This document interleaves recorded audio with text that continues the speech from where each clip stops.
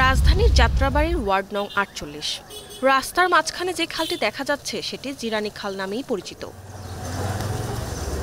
প্রতি বছর ১ থেকে ২ বার খালটি পরিষ্কার করা হলেও খালের বর্তমান পরিস্থিতি দেখে তা বোঝার উপায় নেই। চারপাশের বাসাবাড়িতে মশার উৎপাত এতটাই বেশি, কয়েল বা ওষুধ দিলেও মশা থেকে রেহাই পাচ্ছেন না এলাকাবাসী। খাল পরিষ্কার করে সংরক্ষণ বা খাল ভরাট করার উদ্যোগ গ্রহণ করবে সিটি কর্পোরেশন, এমনটাই চাওয়া তাদের। ময়লা ফালায়, ময়লা থেকে তো মশা জন্ম হয়।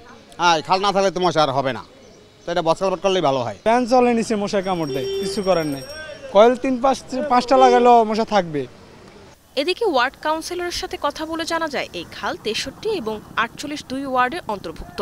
তিনি বলেন ২ ওয়ার্ড থেকেই সপ্তাহে ৩ দিন করে মশার ওষুধ দেয়া হয়। খাল পরিষ্কার কার্যক্রমের কথা জানতে চাইলে তিনি বলেন পরিষ্কার কর্মসূচি জোন অফিসের মাধ্যমে কেন্দ্রীয়ভাবে করা হয়। এটা ২ ওয়ার্ডের খাল, ৬৩ নম্বর ওয়ার্ড, ৪৮ নম্বর ওয়ার্ড, ২ ওয়ার্ডের সম্মিলিত। এটা এখানে রেগুলার ৪৮ থেকেও ওষুধ দেওয়া হয় সপ্তাহে ৩ দিন, এবং ৬৩ থেকেও এখানে ওষুধ দেওয়া হয়।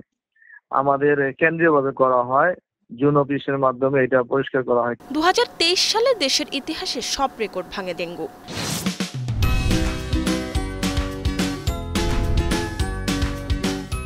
কিন্তু এবছর ডেঙ্গুর প্রকোপ মৌসুমের আগেই শুরু হয়, বাড়ছে উদ্বেগ।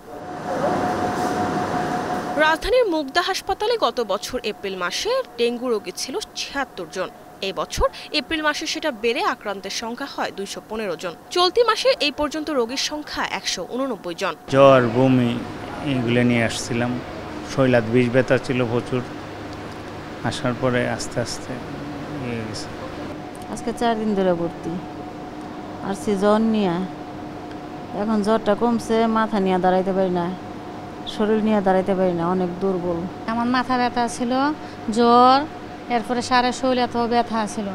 পরে পরীক্ষা করছে, পরীক্ষার মধ্যে উঠছে ডেঙ্গু হয়েছে। হাসপাতালের তথ্য অনুযায়ী বর্তমানে রোগীর ভর্তির সংখ্যা ১২ জন। বড়দের তুলনায় ছোটরা ডেঙ্গুতে আক্রান্ত হচ্ছে বেশি। গতকাল ১৩ জন ভর্তি থাকলেও ১ জন রোগীর মৃত্যু হয়েছে। পাতলা পায়খানা, বমি, তারপরে আম্মু হসপিটালে নিয়েছে, একটু ভালো লাগে। পেটের সমস্যার জন্য গ্যাস্ট্রিকের ওষুধ দিছে, ইনজেকশন দিছে, তারপর পেট ব্যথার ওষুধ দিছে, বমির ইনজেকশন দিছে। এখন এরপর থেকে আর পেটের সমস্যাটাও কমছে, বমিও কমছে। জ্বর একটু কম। জ্বর, ঠান্ডা, কাশি নয়, পরিবর্তন এসেছে ডেঙ্গু উপসর্গেও। শরীর ব্যথা, বমি, পাতলা পায়খানা সহ আরও নানা শারীরিক অস্বস্তির কারণ হতে পারে ডেঙ্গু। আমরা বলবো যে আপনার আশেপাশ, আপনার আঙিনা, আপনি সচেতন হন। সিটি কর্পোরেশনে যেখানে মানে অ্যাক্সেস নাই, যেমন লিফটের বটম, বেসমেন্ট, তারপরে আপনার ওয়াসার যে সিওরেজের লাইন, এই সমস্তগুলো নিজ দায়িত্বে আপনারা পরিষ্কার করুন।